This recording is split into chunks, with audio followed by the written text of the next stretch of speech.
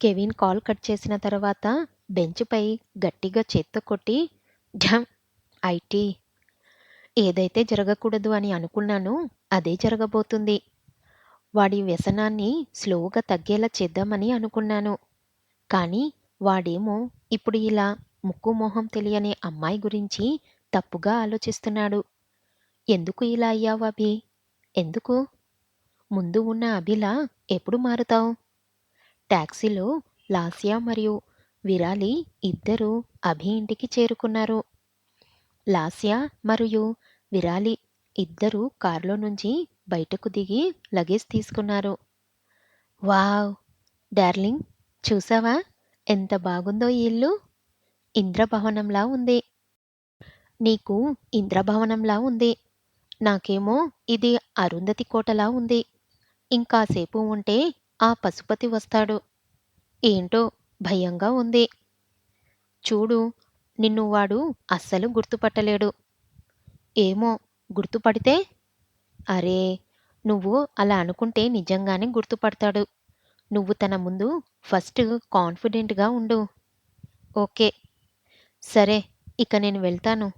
నీకు ఏ హెల్ప్ కావాలి అన్నా నన్నడుగు. ఓకేరా బేబీ, జాగ్రత్త. నువ్వు కూడా డార్లింగ్. ఐ మిస్ యూ రా. నేను కూడా. సరే బాయ్ అని చెప్పి లాస్య వచ్చిన టాక్సీలోనే రిటర్న్ వెళ్ళిపోయింది. తను వెళ్ళిపోగానే గట్టిగా శ్వాస తీసుకొని, వావ్! విరాలి, నువ్వు చెయ్యగలవు. పద, నీకేం కాదు అని అంటూ అడుగు ముందుకు కదిపింది. చుట్టూ చూస్తున్న తనకు మెయిన్ డోర్‌పై ఉన్న అక్షరాలు తనని ఆకర్షించాయి. దానితో సైడ్‌లో ఉన్న ఆ గేట్ దగ్గరకు వెళ్ళింది. అక్కడ గోల్డ్ కలర్ మెటల్ ప్లేట్ పైన అమృత అని రాసి ఉండటం చూసింది. దాంతో ఇంకో సైడ్ ఉన్న గేట్ వైపు చూసింది. అక్కడ అభిర్ అని ఉంది. అంటే ఈ గేట్స్ 2 క్లోజ్ చేస్తే అభిర్ అండ్ అమృత అని వస్తుంది. కానీ ఈ అమృత ఎవరు? ఏమో, మనకెందుకు అని అనుకుంటూ ఇంటి లోపలకు అడుగుపెట్టింది. వైట్ మార్బుల్‌తో ఇల్లు చాలా చక్కగా కట్టారు. చుట్టూ రకరకాల పూల మొక్కలు. ఈ పూల మొక్క లేదు అని లేకుండా అన్నీ ఉన్నాయి. పెద్ద మామిడి చెట్టు, దానికి పాడుబట్టి ఉన్న ఒక ఉయ్యాల కూడా ఉంది. అక్కడ కూడా సేమ్ అమృత, అబీర్ అని రాసి ఉంది. అవన్నీ చూస్తూ లోపలకు వెళ్ళిన విరాలి లోపల ఉన్న దృశ్యాన్ని చూసి ఆశ్చర్యపోయింది. చందు ఆఫీస్‌ని తన మేనేజర్‌కు అప్పచెప్పి కారులో అభి ఇంటికి బయలుదేరాడు. ఇటువైపు క్యాబిన్‌లో ఉన్న అభి కూడా కెవిన్‌తో కలిసి ఇంటికి బయలుదేరాడు. కెవిన్ మరియు చందు ఇద్దరూ మనసులో ఒకటే ఉంది. విరాలికి ఏం కాకూడదు అని. కారులో ఏసీ ఆన్ చేసినా కూడా కెవిన్‌కి చెమటలు పడుతూ ఉండటంతో, ఏంటి కెవిన్, దేని గురించో అంతలా ఆలోచిస్తున్నట్టు ఉన్నావు? ఆ! అది ఏం లేదు సార్. జస్ట్ ఆఫీస్ వర్క్స్ గురించి ఆలోచిస్తున్నాను. హ్మ్. ఇక నువ్వు ఎక్కువగా బర్డెన్ ఫీల్ అవ్వాల్సిన అవసరం లేదు. ఇక హాఫ్ వర్క్ విరాలి చేస్తుంది కదా! హా! హా! అవును సార్. ఒక చేత్తో కార్ హ్యాండిల్ బ్యాలెన్స్ చేస్తూ పాకెట్‌లో ఉన్న హ్యాండ్ కీ తీసుకొని చెమటలు తుడుచుకున్నాడు. ఇంటి లోపల ఎంటర్ అయిన విరాలి లోపల ఉన్న దృశ్యాన్ని చూసి ఆశ్చర్యపోయింది. తనకు ఎదురుగా ఫస్ట్ ఫ్లోర్‌లో ఒక పెద్ద ఫోటో గోడకు అతికించి ఉంది. ఇంటి లోపలకు ఎవరు వచ్చినా ఆ ఫోటో చాలా చక్కగా కనబడుతుంది. ఎంత పెద్ద ఫోటో! ఈ ఇంటికే మహారాణిలా ఉంది. కానీ ఎవరు ఈ అమ్మాయి అని ఆలోచిస్తూ ఉండగా కింద అమృత అని తన birthday date and death date రాసి ఉంటుంది. అయ్యో పాపం, చనిపోయిందా? చనిపోయి 6 ఏండ్లయ్యాయి. కానీ ఈ అమ్మాయికి సార్‌కి సంబంధమేంటి? కొంపదీసి తన భార్యనా? కానీ పెళ్ళైన అబ్బాయిలా కనిపించట్లేదే? అలాగే నేను ఎప్పుడూ వినను కూడా వినలేదు అభిసార్‌కి పెళ్లి అయ్యిందని. మరి ఇలా అమ్మా నాన్న ఫోటో కూడా పెట్టకుండా ఈ అమ్మాయి ఫోటో పెట్టారు అంటే తను చాలా ఇంపార్టెంట్ పర్సనే అయి ఉంటుంది అని అనుకుంటూ లగేజ్ సైడ్‌లో పెట్టి మొత్తం ఇల్లంతా తిరుగుతూ ఉంటుంది. అలా టెర్రస్ పైకి వెళ్ళింది విరాలి. చుట్టూ ఎక్కువ బిల్డింగ్స్ కూడా లేవు. ఎందుకంటే అది సిటీకి దూరంగా ఉంటుంది. హ్మ్. అంతేలే. రాక్షసులు జనాల మధ్య ఎందుకు ఉంటారు? ఏ మాట కామాట. ఇల్లు మాత్రం అద్భుతంగా ఉంది. పోన్లే అని మాట్లాడుకుంటూ ఉండగా అభి కారు రావటం గమనించింది. అది అభి సార్ కారేమో. ముందు కిందకు వెళ్ళాలి అని అనుకుంటూ కిందకు పరిగెత్తుకుంటూ వస్తుంది. తను కిందకు వచ్చేలోపే కింద సోఫాలో కూర్చొని ఉంటాడు అభి. తనని చూడగానే గుండెల్లో రైలు పరిగెత్తడం మొదలయింది. ఏంటే విరాలి, వెనుక నుంచి చూస్తేనే ఇలా వణికిపోతున్నావ్? డైరెక్టుగా చూస్తే అక్కడికక్కడే గుండె పగిలి చస్తావేమో అని అనుకుంటూ చిన్నగా అభి ముందుకు వచ్చి నిలబడింది. కానీ అక్కడ ఉండేది అభి కాదు, ఇంకెవరో వ్యక్తి. దాంతో ఎవరా అని క్వెషన్ మార్క్ ఫేస్ పెడుతుంది. తనని చూసిన ఆ వ్యక్తి లేచి ఒక చిన్న స్మైల్ ఇచ్చి, భయపడకండి, నేను అభి ఫ్రెండ్ చందు. నేను కూడా ఇక్కడే ఉంటాను. హో, అవునా? హలో సార్, నేను అభి సార్ అసిస్టెంట్ విరాలిని. హా, నైస్. ఓకే, నాకు కాస్త కాఫీ తీసుకొని వస్తారా? హా సార్, ఖచ్చితంగా అని అంటూ ఇంతకు ముందు ఇల్లు మొత్తం చూసేటప్పుడు కిచెన్ ఎక్కడ ఉందో చూడటం వల్ల డైరెక్ట్‌గా కిచెన్‌లోకి వెళ్ళిపోయింది. తను వెళ్తున్న వైపే చూస్తూ, హ్మ్. తెలివైన దానివే. అభి కనిపెట్టకుండా ఉండాలని ఫేస్ మొత్తం మార్చుకొని వచ్చావా? కానీ నీ బ్యాడ్ లక్, తనకి ఆల్రెడీ నువ్వెవరో తెలిసిపోయింది. నీ ప్లాన్స్ అన్నీ బూడిదలో పోసిన పన్నీర్ లాంటివే. బట్ భయపడకు. నీకు ఏం కాకుండా నేను చూసుకుంటా. వాడి వల్ల ముందే చాలా మంది అమ్మాయిలు సఫర్ అయ్యారు. అది వాళ్ళే కోరుకొని చేసుకున్నారు. అది వేరే విషయం కానీ, నిన్ను మాత్రం తన వల్ల సఫర్ అవ్వనివ్వను. మాట ఇచ్చాను కదా! నిలబెట్టుకోవాలి. కిచెన్‌లోకి వెళ్ళిన విరాలి, అయ్యో, ఏంటి నారాయణ నాకీ తిప్పలు? హా! అని చెప్పి వచ్చాను. నాకేమో స్టవ్ ఆన్ చేయటం కూడా రాదే.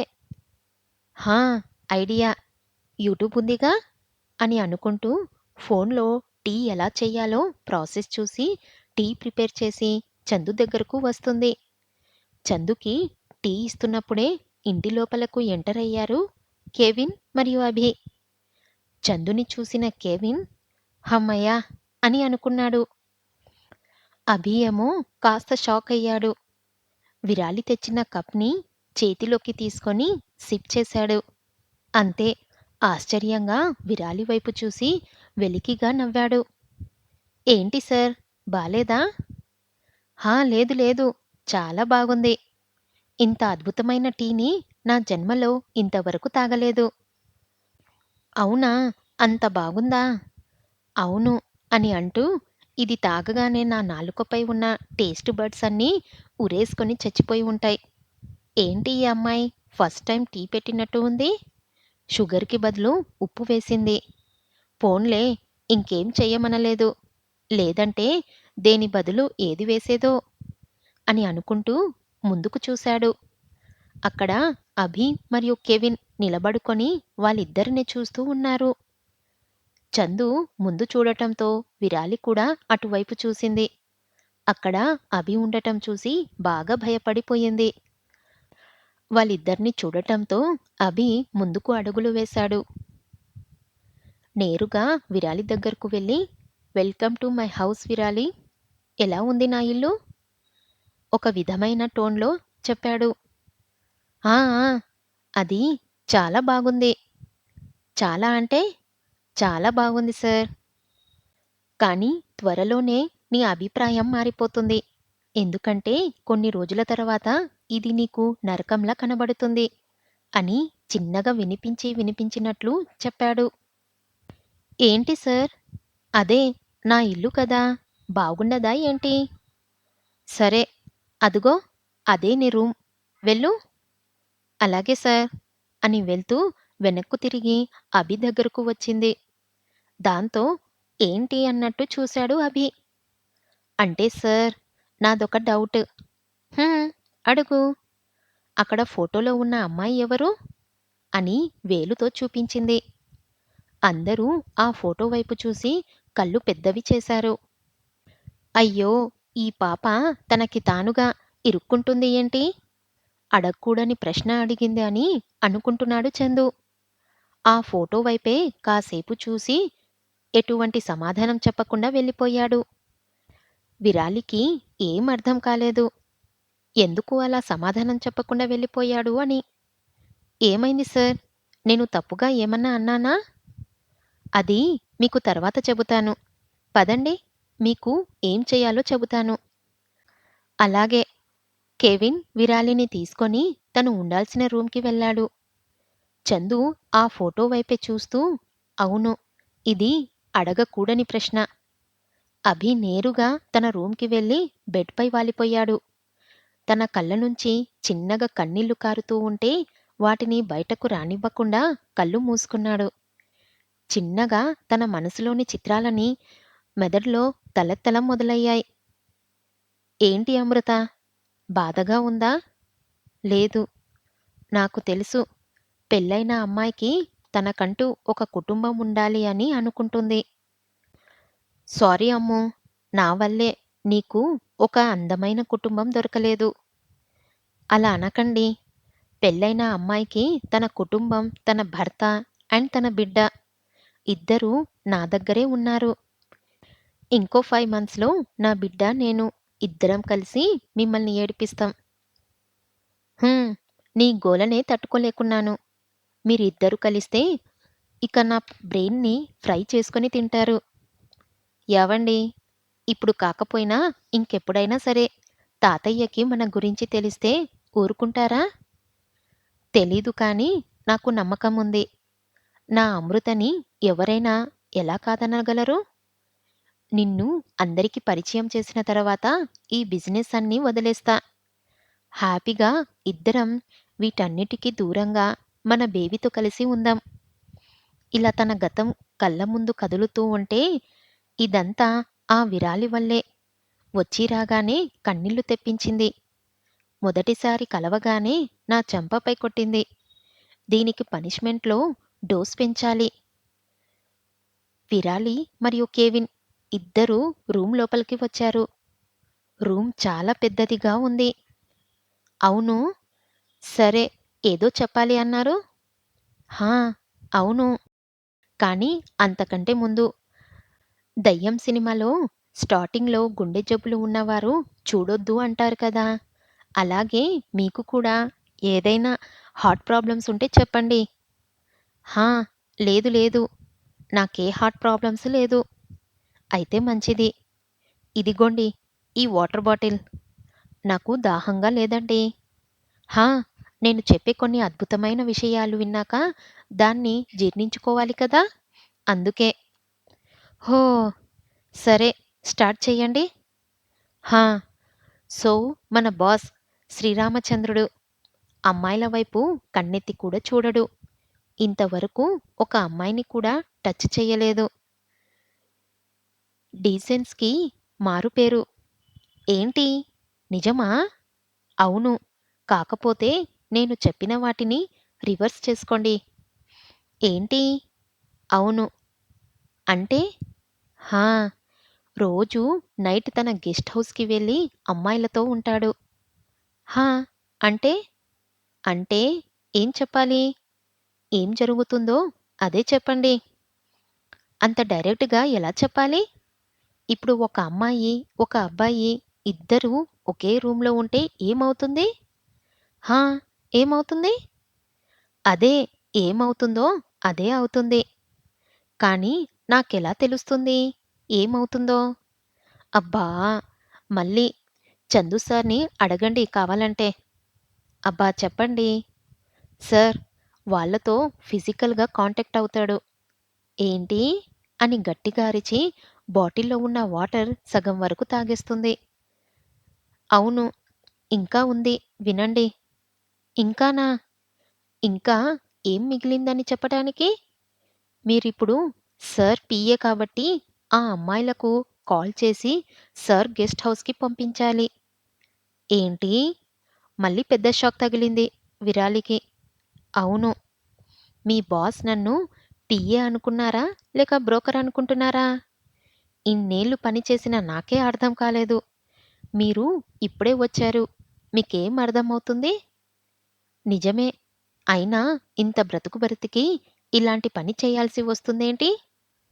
కానీ మా సార్ అంత చెడ్డవాడు కాదండి. ఇంకా ఏం చెయ్యాలి? చెయ్యకూడనివన్నీ చేస్తున్నారుగా మీ సార్. హా! అది నిజమే. సరే, ఇదిగోండి సార్‌తో కాంట్రాక్ట్ తీసుకున్న అమ్మాయిల లిస్టు. కాంట్రాక్టా? అవును. సార్‌తో నైట్ స్పెండ్ చేసే అమ్మాయిలు కాంట్రాక్ట్ తీసుకొని స్పెండ్ చేస్తున్నారు. వాళ్ళ బ్యాంక్‌కి మార్నింగ్ 50,00,000 డిపాజిట్ కూడా చెయ్యాలి. ఏంటి? 50,00,000? అవును. నేను ఇది చెయ్యలేను. ఇలా ఒక బ్రోకర్‌లా ఆ అమ్మాయిలకు కాల్ చేసి రండి రండి అని పిలవలేను. పిలవాలి. పిలవలేను. ఇప్పుడే చెప్పేస్తా. నేను పీఏగా ఉండలేను అని. ఆగండి. ఆపకండి. అది కాదు. మరి? మీరు కాంట్రాక్ట్‌లో సైన్ పెట్టారు. మర్చిపోయారా? పర్లేదు. క్యాన్సిలింగ్ చేస్తాను. మీరు ఆ పేపర్స్ సరిగ్గా చదవలేదు కదా? ఆహా! లేదు. చదవలేదు. ఏమైంది? చదివి ఉంటే బాగుండేది. ఏమైంది? అందులో ఏం రాసుందో ఒకసారి చదవండి.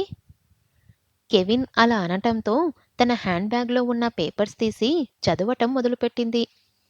ఏంటి? ఈ కాంట్రాక్ట్‌లో సైన్ చేసిన తర్వాత ఒక సంవత్సరం వరకు ఖచ్చితంగా సార్ పీఏలా ఉండాలా? అవును. లేదంటే 50 కో కో కోట్లు కట్టాలా? నో. యెస్. ఇది దారుణం. మిమ్మల్ని చదవద్దని మేము చెప్పలేదు కదా! నా తలరాత రాసేటప్పుడు ఆ బ్రహ్మదేవుడు కబడ్డీ ఆడుతూ ఉన్నారా ఏంటి? అందుకేనేమో ఇప్పుడు నా గ్రహాలన్నీ నాతో కబడ్డీ ఇలా ఆడుతున్నాయి. ఛ! అయినా మీకు ఒకసారి కూడా ఛీ! ఏంటి నా బ్రతుకు ఇలాంటి పని చేయాల్సి వస్తుంది అని అనిపించట్లేదా? లేదు. ఎందుకు? అలవాటైపోయిందా? హా! అలాగే అనుకోండి. సరే. ఇదిగోండి నైట్ 7కి ఈ అమ్మాయిలకి కాల్ చేసి చెప్పండి. అండ్ కాసేపటి తర్వాత ఆఫీస్ విషయాల గురించి మాట్లాడుకుందాం. ఓకే. కెవిన్ అక్కడ్నుంచి వెళ్ళిపోయాడు. అతను వెళ్ళిపోయిన వెంటనే చిన్నపిల్లలా ఏడుస్తూ ఛీ! ఛీ! ఆ! నో! ముందు ఈ విషయం ఆ గుడ్లగూబకి చెప్పాలి అని అంటూ లాస్యకి కాల్ చేసింది. డ్రామా చూస్తున్న లాస్ట్ దీనికేం పని లేదా? నన్ను ప్రశాంతంగా ఒక్కరోజు కూడా డ్రామా చూసుకోనివ్వలేదు అని అంటూ కాల్ ఎత్తింది. ఏంటే గూట్లే? ఒసేయ్ గాడిదా! నీకో షాకింగ్ న్యూస్ చెప్పాలి. ఇప్పటి వరకు జరిగినవన్నీ షాకింగ్ విషయాలేలే. ముందు చెప్పు ఏమైందో? ఆ అభిగాడి గురించి అద్భుతమైన విషయాలు తెలిసాయి. అద్భుతమైన విషయాలా? ఏంటిది? హా! సర్ శ్రీరామచంద్రుడంట. ఏంటి? అవును. ఒసేయ్! వాడు రోజుకొక అమ్మాయిలతో తిరుగుతాడంట. అరే! ఇవి కామన్ కదే ఇప్పుడు. ఒసేయ్ చించు మొహందానా! తిరగటం అంటే రాత్రంతా అమ్మాయిలతో ఉంటాడంట. ఏంటి? వాడికేం పోయే కాలం? ఛీ! హా! అంతేకాదు ఆ అమ్మాయిలకు కాల్ చేసి ఇన్విటేషన్ ఇచ్చి మరీ రమ్మనాలంట. ఏంటి? నువ్వేమైనా బ్రోకర్‌వా? అసలు అలాంటి పని చెయ్యటం కంటే ఏ నూతిలో దూకటమే బెటర్. ముందు కాంట్రాక్ట్ క్యాన్సిల్ చేసి నేను చెయ్యలేను అని చెప్పి వచ్చేసేయ్.